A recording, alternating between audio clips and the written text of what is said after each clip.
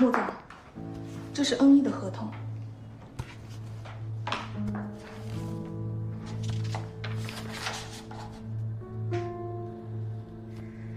现在的恩义势头可不小啊，尤其是这次线上宣传，让他们的知名度提高了不少。恩义成为国内手机品牌的代表，应该不会太久了。是的，恩义现在风头正盛，业内预估他们上半年的利润会很可观。现在的恩义除了公欧，谁的势力最大？应该就是副总裁陈柏了，毕竟也是元老级的人物，在公司里的势力盘根错节，实力也不能小看。陈柏，系统有纰漏，没想到产品已经被放到市场上了。早就发现手机系统有问题，为什么不立即更新？为什么要拖到现在？你们给我一个解释！龚总，我已经解释过了，我没有在测试单上签字，更没有批准这批产品上市。具体这批机子为什么在没有更新的情况下被投放到市场上，我也不知道。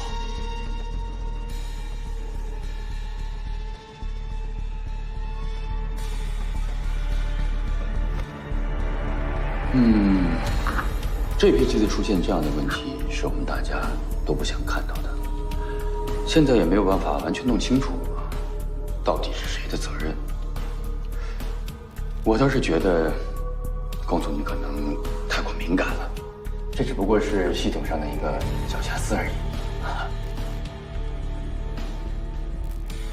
当然了，解决这样的瑕疵并不难。首先，我们可以先做一个小补丁。把它安装上去，再让我们的客户把它下载下来。万一有什么数据泄露的问题，应该也不会有人知道吧？所以陈总认为，只要用户那边没有发现问题，就不算问题了，是吧？那如果用户那边发现了问题，而且问题不是个例，遇到这种情况，我们该怎么办呢？我们可以加强售后服务，实在不行就免费换机。照你这么说，那恩义的品牌性就会一点一点被这些问题机子砸光了。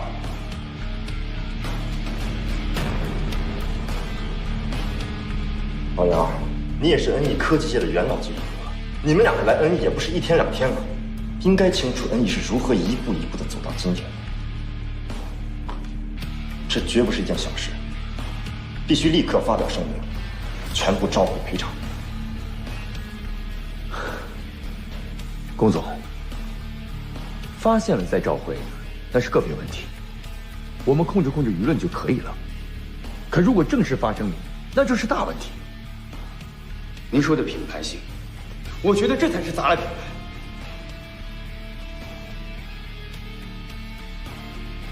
我宁愿让恩义知错就改，也不愿让他亡羊补牢。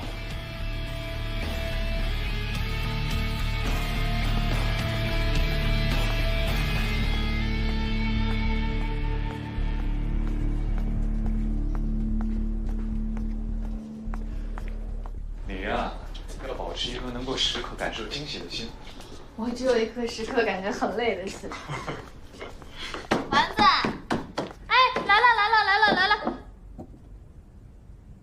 搞什么呢？请进。哇，停电了？怎么这么黑啊？当，怎么样？是不是完全不一样？有了我们的 style。哇，这都是你弄的？当然是我。其实是白宇的主意了，当然我也付出了一晚的辛苦在收拾，好不好？是不是特别爱我们？来，带你看看。哇，好漂亮！啊，哇，这么多呀！啊，哎，这一看就是你设计的。我这可是为了让你寻找创作灵感。爱死你了！走，我带你去看一个更好玩的东西。带你看这个，你看。这是什么？穿黄色衣服的呢是我，穿蓝色衣服呢是白宇，还挺像的。那我跟白宇是这样想的，以后你的办公室呢就做我们的私人会议基地。如果有什么秘密啊、想法、打算，都可以在这聊。我们在这里完全可以畅所欲言，所以我和白宇一起创造了这个黑白无常墙。什么墙？黑白无常墙。哎呀，这名字你知道，有句话说朋友之间不能共事吗？但是我们现在有了这个工作室，以后肯定会遇到很多机会，也会遇到很多麻烦。假如有一天我们遇到分歧或者意见不统一，我希望在这里面大家都能敞开说，把自己不爽的、讨厌的都说出来。如果不好说呢，就写一张便签贴在墙上，白色的呢代表你喜欢的，灰色的呢代表你不喜欢的。假如有一天我让你不高兴，惹你生气了，你就把我从白色的贴到灰色的，这样我就知道了。你什么时候这么一本正经过？这么细心，我都不习惯了。之前呢是画手石小念和责编丸子，现在呢是石小念工作室负责人之一丸子，当然要做好防疫了。丸子怕自己能力不够，帮不到你什么，都跟我唠叨一早上了。好，我觉得呢，我们也是一起成长，一起慢慢的挑战，慢慢摸索，所以有错误这很正常。再说，你如果有让我不高兴的地方，我就直接骂你了，还用得着这么委婉的方法呀？哎，那我们这个墙至少得派上用场吧？要不然把我们作品里面反面人物贴到灰色的墙上，把主角大家喜欢的贴到白色的墙上，直到贴满为止，怎么样？那黑色墙的第一位主角是谁呢？这还用说吗？不行啊，公欧如果来这视察怎么办？就看到了。哎呀，你就放100个心吧，他肯定不会知道的。以他的性格，他肯定会觉得自己很酷。那好吧，我去选一选。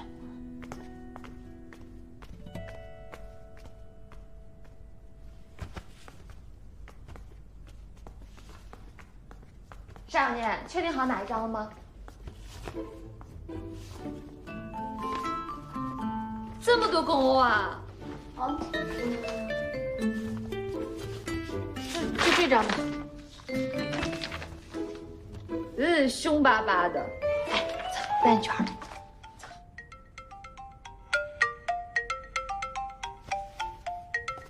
我先去接个电话。啊。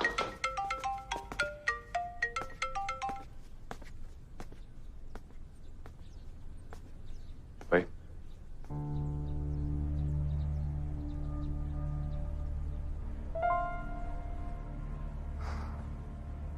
她不是他女朋友，我确定。但是，好像也不是别的关系。很有趣，我很喜欢这个活儿，很值得继续看下去。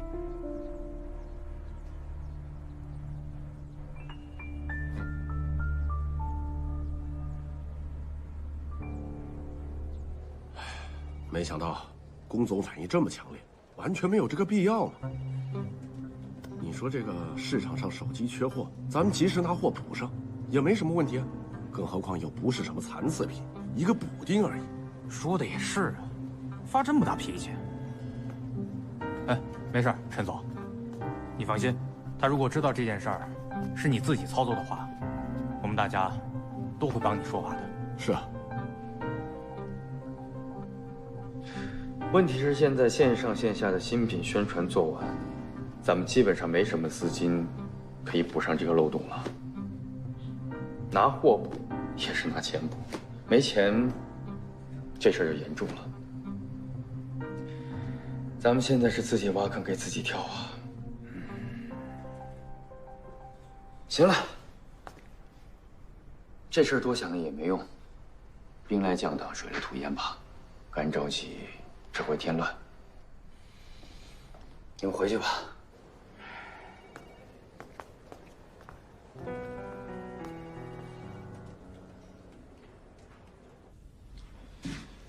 你确定吗？他应该不是有意的。这应该不属于一时疏忽吧？我不是那个意思，我的意思是，他倒不像是在策划什么大的阴谋。反倒像是在自保。什么意思？陈柏在负责线下宣传的时候志得意满，本以为这回可以在你面前好好出一次风头，巩固自己的位置，没想到让我们以小博大，用最少的资金获得了更好的宣传效果。他有些恐慌，这回也是因为他手上的老客户断了货，他为了增加销售量，疏通了测试团队的几个人。他恐慌，我看他一点儿都不恐慌，他是胆大包天。NE 的信誉来自于产品的质量，这点他比谁都清楚。而且最早放出你我恋爱绯闻的也是陈柏的人。怎么讲？其实找出这个人并不难，顺藤摸瓜往上推。眼下他要去美国培训，应该是陈柏安排的。去查，凡是参与此事，全部安排离职。好，那陈总那边不用担心，去把其他的事和人做好。另外，小老板，我觉得这件事你也不用太焦心。虽然召回肯定是要召回的，但其实这漏洞出问题的可能性不大。那个，我的意思是，不用太着急，来得及。快去把你的事情处理好。着急也解决不了问题的，别气了啊，都会好起来的。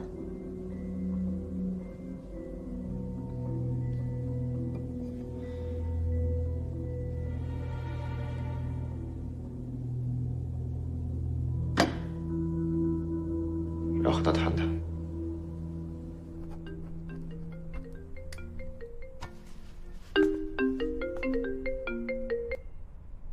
喂，小迪。我马上就过去，你等我一会儿啊。好，一会儿见，拜拜。对了，思明，我姐那边安排的是什么时候开会啊？大概要下周了。那来得及。这样，我出去陪小迪吃个饭，有什么事儿下午回来再说。吴总，你没事吧？没事，可能是最近太累了吧，我先去了。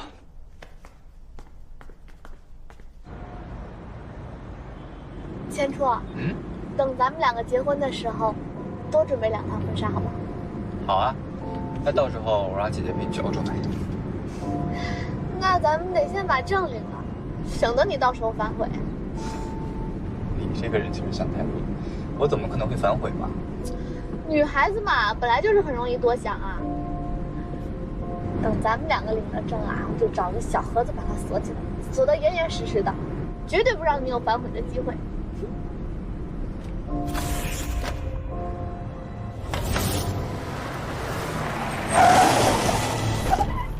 千初，千初，你怎么了？千初。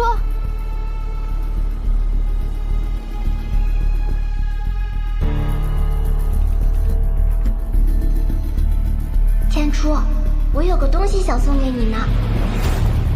这是什么？这个是结婚证，你拿了它，我们就永远不能分开。千初，快跑啊，不然就看不到落日了。千初，你放心，我一定会紧紧拉住你的手，不会放开的。千初，还好医生说你没什么大事。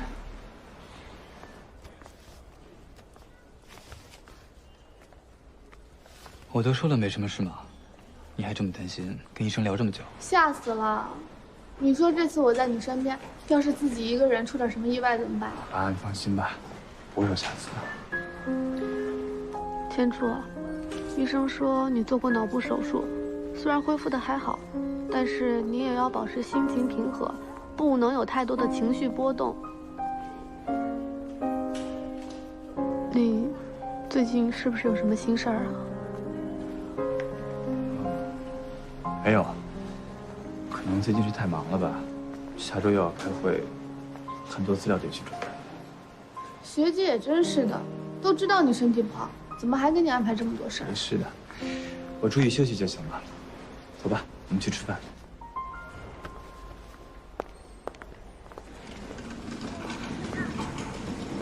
陈柏，我不和你兜圈子，我们在一起相处共事的时间也不短了。我哥还在的时候，是我们3个人的共同努力，才会有恩义今天的成绩。我们在每一个细节的处理上都会有争执，但一直都是就事论事，从来不会在背后做小动作。这点我为自己打包票，也信得过你。上一次在做产品宣传的时候，我们有过分歧，但也算是公平竞争。而这一次在做产品测试的时候，你在背后故意疏通把关人员的事，有悖于我们当初一起创办公司的初衷。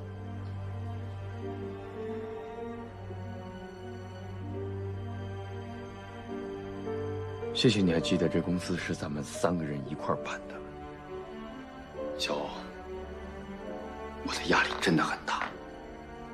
商品需要抢占市场，做手机的不只是我们一家。你以为只有我会这么做吗？我也是为了大家，为了恩义好。正是因为我知道这家公司对于我们3个人的意义，对于我哥的意义，才会在产品的质量上做严格把控，而不是在背后做有损公司利益的事。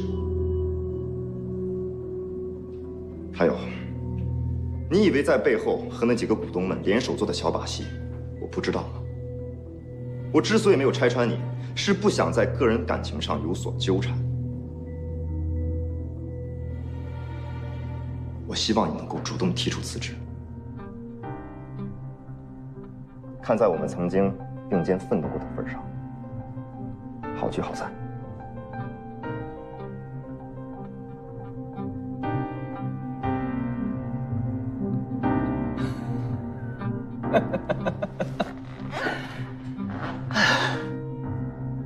那如果我不走呢？有关于你个人的调查报告，很快就会出结果。到那时候，董事会会深究你的责任，有必要的话，也会采取相关的法律措施。你也不想落得如此下场吧？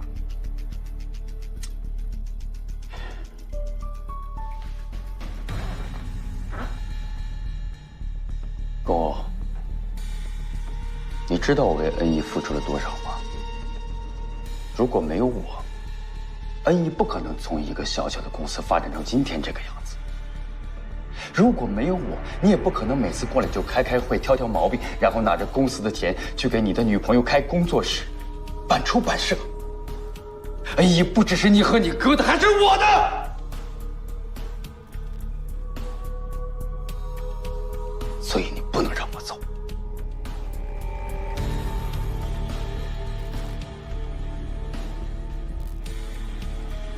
24小时之内，我要收到你的辞职报告。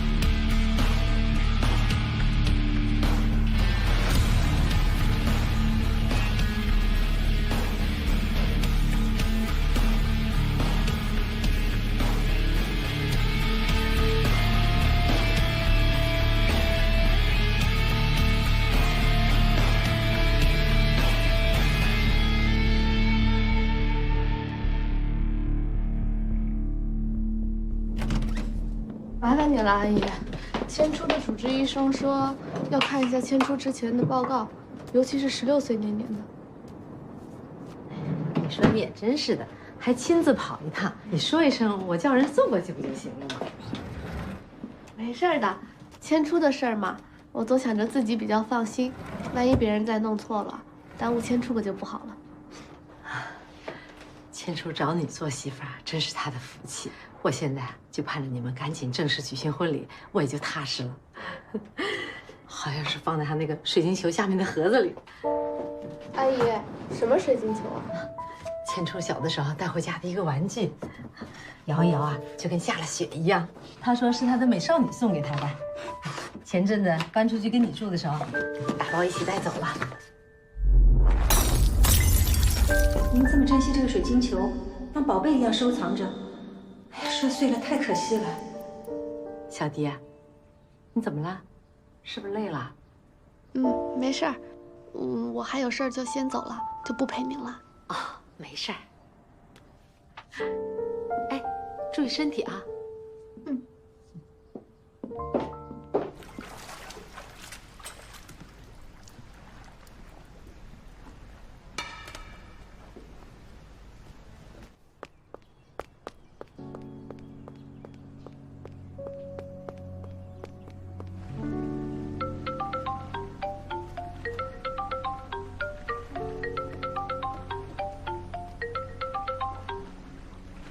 学姐，你快帮我！千初的那个水晶球被我打破了。你先别着急，水晶球的事情我会帮你想办法的。但是你自己也机灵点儿。千初的这个水晶球是他的美少女送给他的，但是什么情况下送给他的，我和爸妈也不清楚。所以你要更加小心，千万不要让他怀疑。学姐，我能不能问一句，你为什么要帮我呀？这就像你为什么发生了事情会第一时间想到我。与其对抗，倒不如好好合作。揭穿你对于我来说并没有什么好处。千初身边是你，还是施小念，对我来说没有什么区别。这样的话，倒还不如是你。至少你也还听话。放心吧，我会帮你的。安心做你的穆太太吧。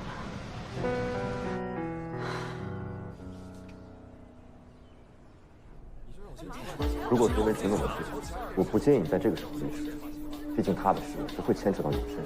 龚总，我有我的难处。虽然说平时我和陈总交情不错，但是感情是感情，工作是工作，这和陈总没有关系。老杨啊，以你现在的恩义的位置，还有薪资水平，在同类企业中都是很有竞争力的。这个时候辞职，你不觉得可惜吗？龚总，主要是我年纪大了，不像你们年轻人，还能再打拼10年。我既加不了班，又熬不了夜，就不拖累你们了。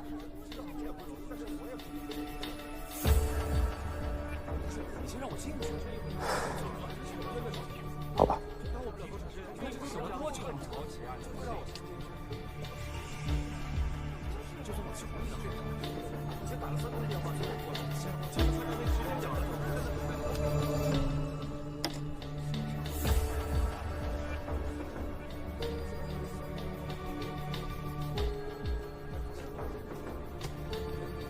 谢谢龚总。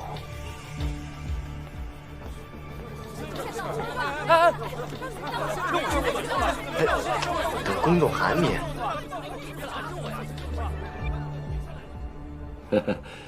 你听我说啊，等我再把辞职报告交上去啊，那咱们部门可是走了2/3的人员，你人缘相当可以啊，一呼百应啊。这个部门的人都是我一手栽培出来的，而且他们手上多多少少都有些不干净。他们不辞职，难道等着公欧去查他们吗？而且大家也不傻，东家不做做西家，有着在安逸的工作经验，害怕找不到饭碗。我这话又说回来，王鲁森那可是一块硬骨头啊！他把我派去的人好一通大骂，骂咱们是什么狼心狗肺。本来呢，我还想带着这个老专家组成团队再找下家，那待遇肯定比恩义好多了。没想到老爷子刚烈得很。不管他了，他一个人成不了气候。公务又不可能靠一个老头子就帮他收拾残局吧？那好吧，陈总。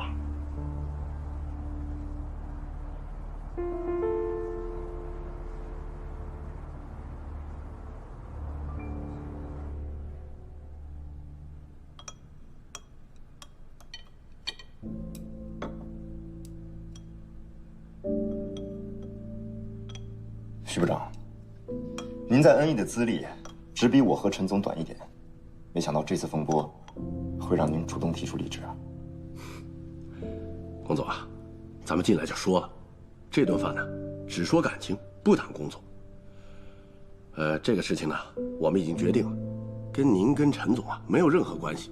您和陈总之间的矛盾呢，我们不想参与，只是啊，在这个行业待久了，有些习惯和想法改不掉了。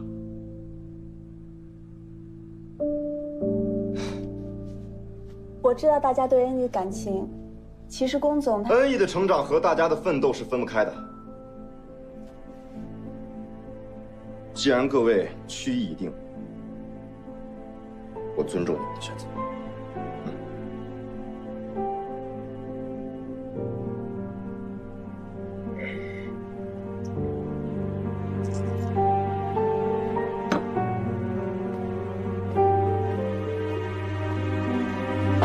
酒量不好，我去看一下。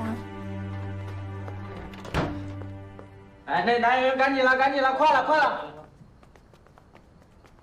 小弟姐，您今天的戏份都拍完了，怎么还不回去啊？我先不回去。天初不在家，我回去也没意思。你先去收拾东西吧。哎，好。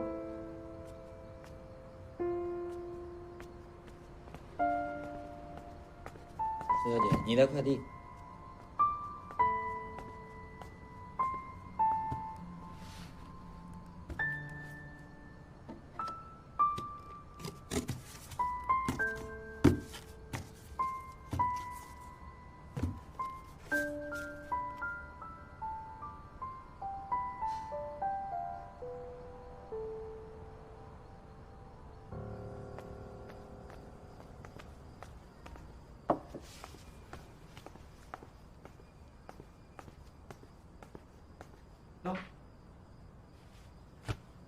这是什么？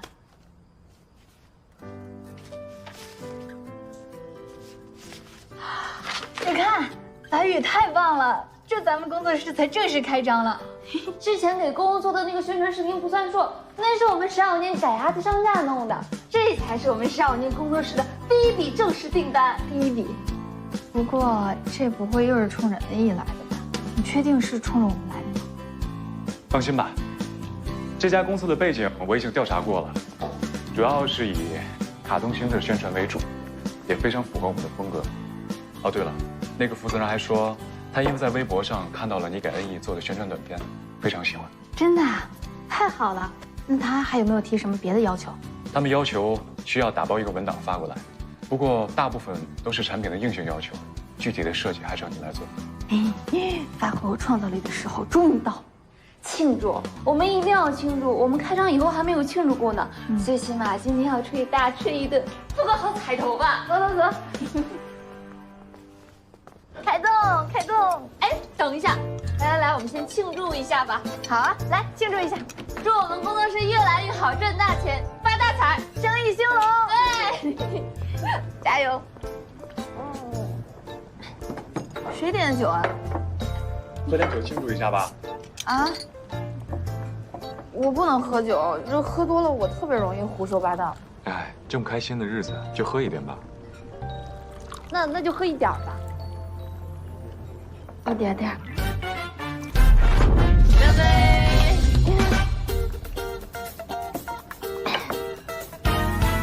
喝酒，赚钱啦！还喝呀？再喝。来，我陪你喝，干杯，干杯！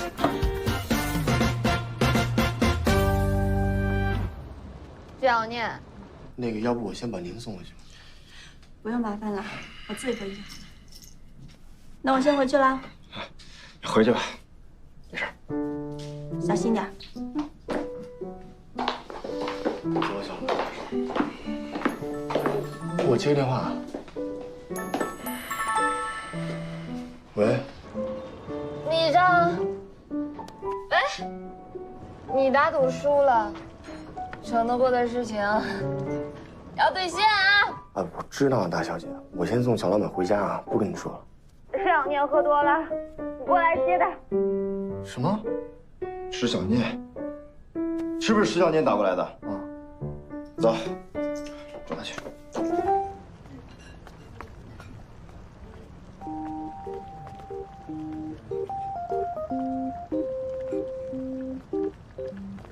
石小念，石小念，你怎么喝这么多酒啊？喝多了。又喝酒，每天都睡觉，像个猪一样。快起来，我有事情跟你说。米生，你输了，你得愿赌服输。来，喝多了，你别喝了。陪我喝酒，你输了。走了。酒，你怎么不让我喝酒呢？走。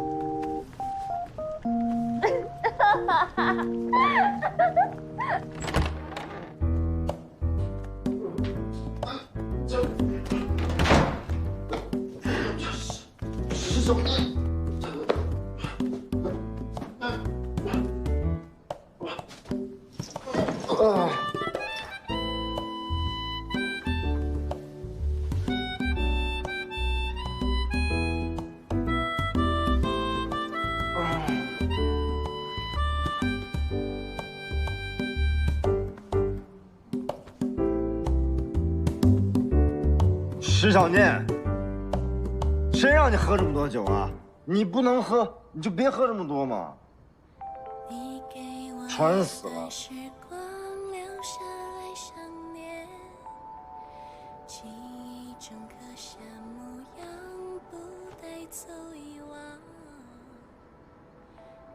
石小念，我喜欢你。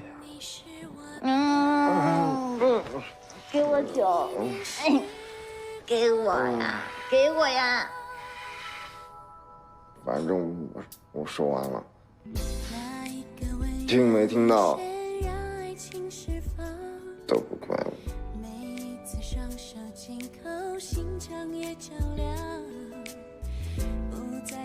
现实与理想的重量，你是我的一念时光，曾辗转难辨的长夜，临摹未来的图画，绘本里是我们的梦想。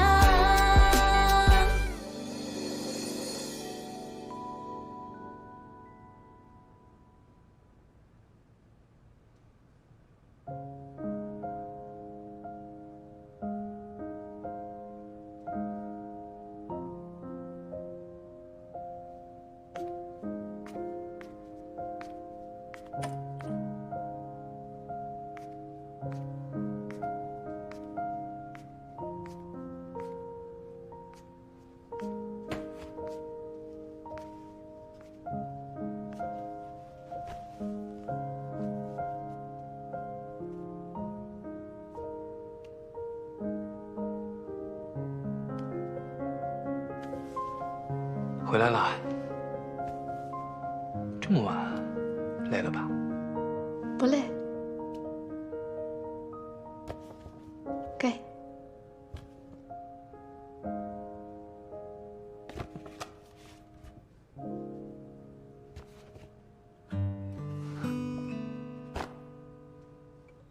你从哪里找到的？我以为你一点都不在意摔坏的那个水晶球呢。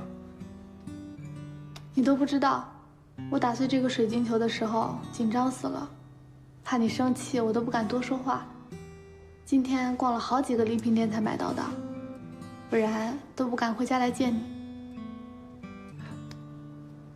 我们最美好的回忆又回来了，你知道吗？我看不见的时候，就摸着这个水晶球，想象着那一年，你带着我看大雪时的样子，你自己的手都冻得冰凉，还努力地给我暖手。小弟，我会一辈子都对你好的。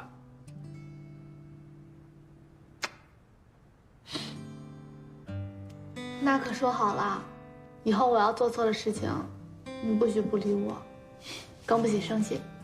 怎么会呢，傻瓜？我的美少女是世界上最可爱的女孩子，也是我最想娶回家的人。喜欢你还来不及呢，怎么会讨厌你？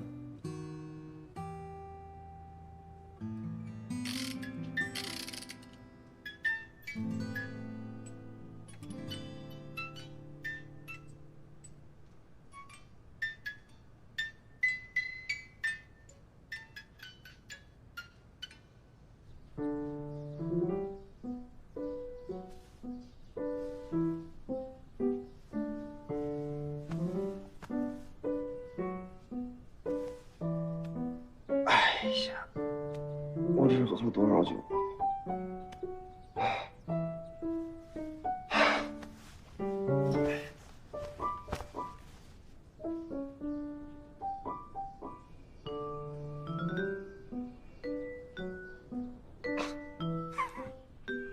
石小念，世界上怎么会有你这么清新脱俗的睡姿？你是来搞笑的吗？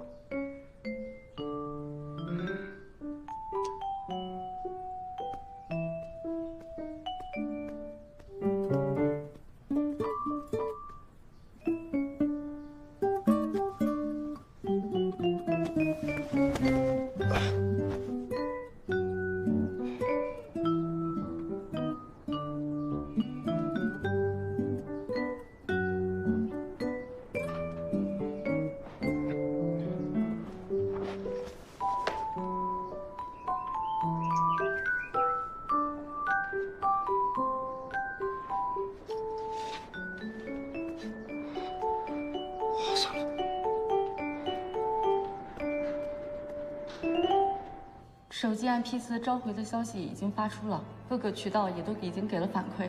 有关于 N1手机的质量问题，确实也有人产生了质疑，但是现在资金是我们最大的问题。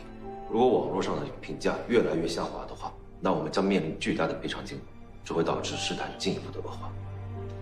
不清楚了，这次离职一共有多少人？一共有23人，其中有1半以上都是参与过 N1核心技术开发的。顾总，陈柏的出走对咱们造成的损失远比预想中要严重很多。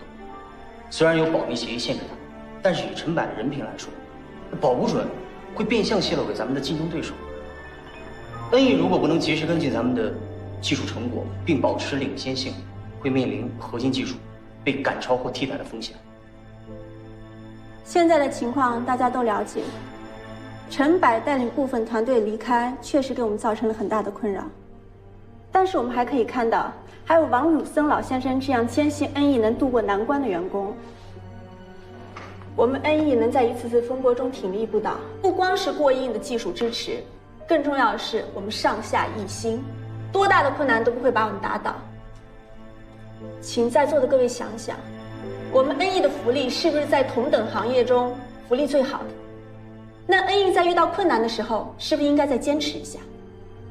王小姐，龚总，我们底下的员工都是明白事理的。我们在 N1这么多年了，已经把 N1当成我们自己的家，所以我们绝对不会去做一些背信弃义的事情。谢谢大家，我会尽量保证你们待遇在短期内不会下滑太多，也感谢大家对我的支持。不过龚总，现在我们的局面不太好，还需要想办法应对一下。我知道了，需要调整的人事部门调动，我今天会发布。先散会吧。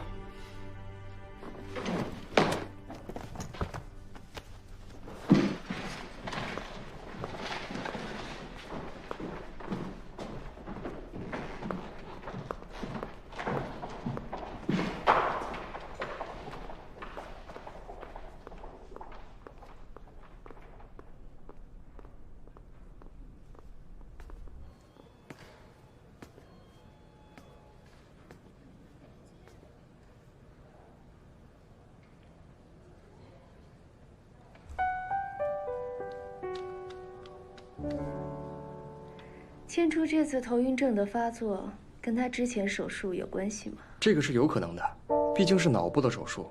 即使手术做完，在眼睛康复之后啊，也可能出现后遗症，比如像眩晕、或者视物模糊等后遗症。那对他的记忆会不会有些影响？应该会是有的，但是这个也要因人而异，因为有一些患者呢，他的潜伏期比较长，到老了才会发作。像穆先生这种情况呢，属于有的时候记忆会混乱，但是不会很严重。穆总，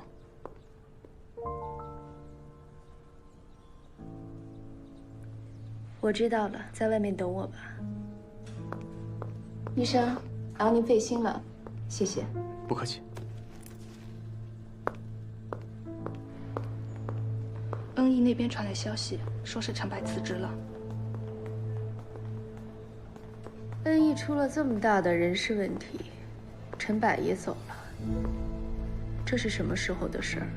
就前2天，我们的人带出来的消息，说是公欧逼走了陈柏，因为手机质量的事儿。不过现在还没有陈柏的动向，应该是尚未寻找下家。